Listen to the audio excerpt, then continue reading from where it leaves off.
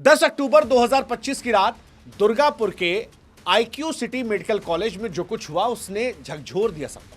23 साल की एमबीबीएस की छात्रा थी, ओडिशा की बेटी थी। दोस्त के साथ रात 8 बजे खाना खरीदने निकली।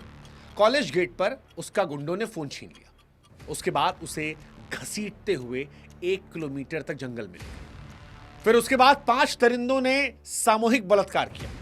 उसका दोस्त उसे छोड़कर भाग गया और अब वो भी पुलिस की जांच के दायरे में है।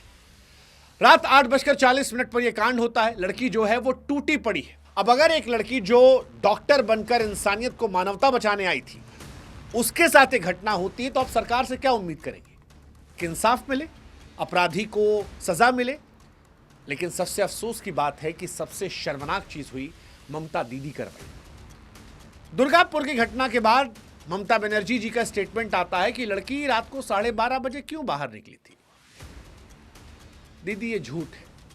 कॉलेज प्रशासन ने कहा है 12:30 बजे नहीं, 8 बजे कैंपस से निकली थी। और मान लेते दीदी आप सही हो, आप ही सही हो, 12:30 बजे वो निकली थी, तो क्या पश्चिम बंगाल में रात को 12:30 बजे निकलने पर एक लड़की का रेप कर दिया जाएगा, उसके साथ गैंग रेप किया जाएगा, उसकी इज्जत आबरू को 5-5 लोग मिलकर नोच लेंगे? क्या अपराधियों को रात को 12:30 बजे लाइसेंस मिल जाता है? मतलब दीदी क्या बंगाल में बेटियों को घर में कैद करके ही अब इज्जत बचाया जा सकता है? शर्म आती दीदी, शर्म आती इस सोच पर जो आपकी सोच है।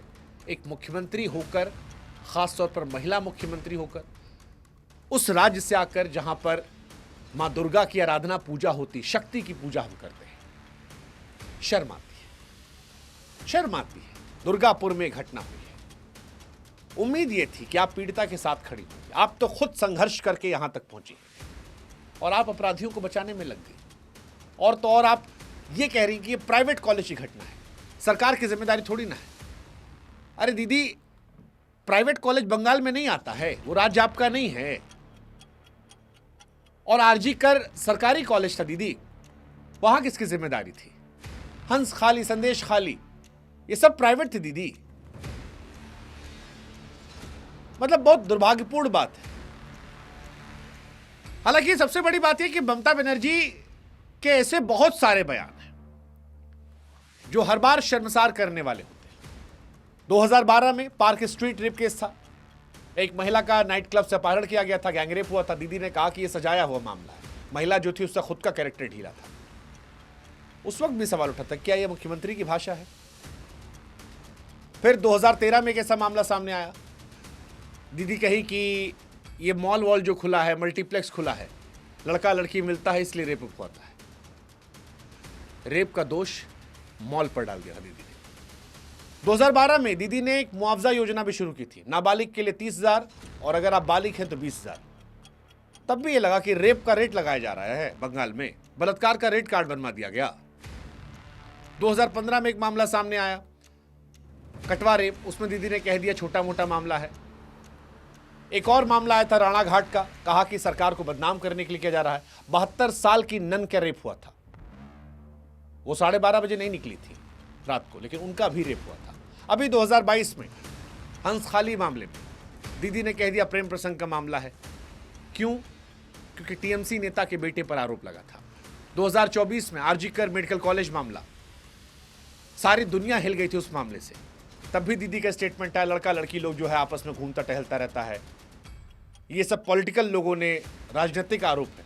हर बार एक ही राग दीदी का, जो पीड़िता है वो दोषी है, अपराधी बेकसूर। और इसीलिए बंगाल में साल दर साल मामले बढ़ते जाते हैं।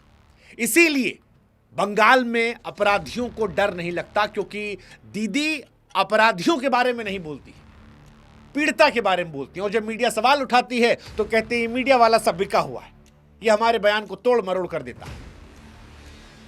लेकिन दीदी एनसीआरबी के आंकड़े झूठ नहीं कहते। कभी रविन्द्रनाथ टैगोर, सुभाष चंद्र बोस की धरती आज अपराध की बाढ़ से जूझ रही है और एनसीआरबी के आंकड़े कह रहे हैं, हमारे आंकड़े नहीं हैं। महिलाओं को लेकर अगर आंकड़े बताएं, पश्चिम बंगाल में 2023 में 34,691 मामले दर्ज हुए। जो देश के कुल मामले हैं उनमें जो 2022 से 23 में वृद्धि हुई थी, उससे बंगाल में ज्यादा वृद्धि हुई है।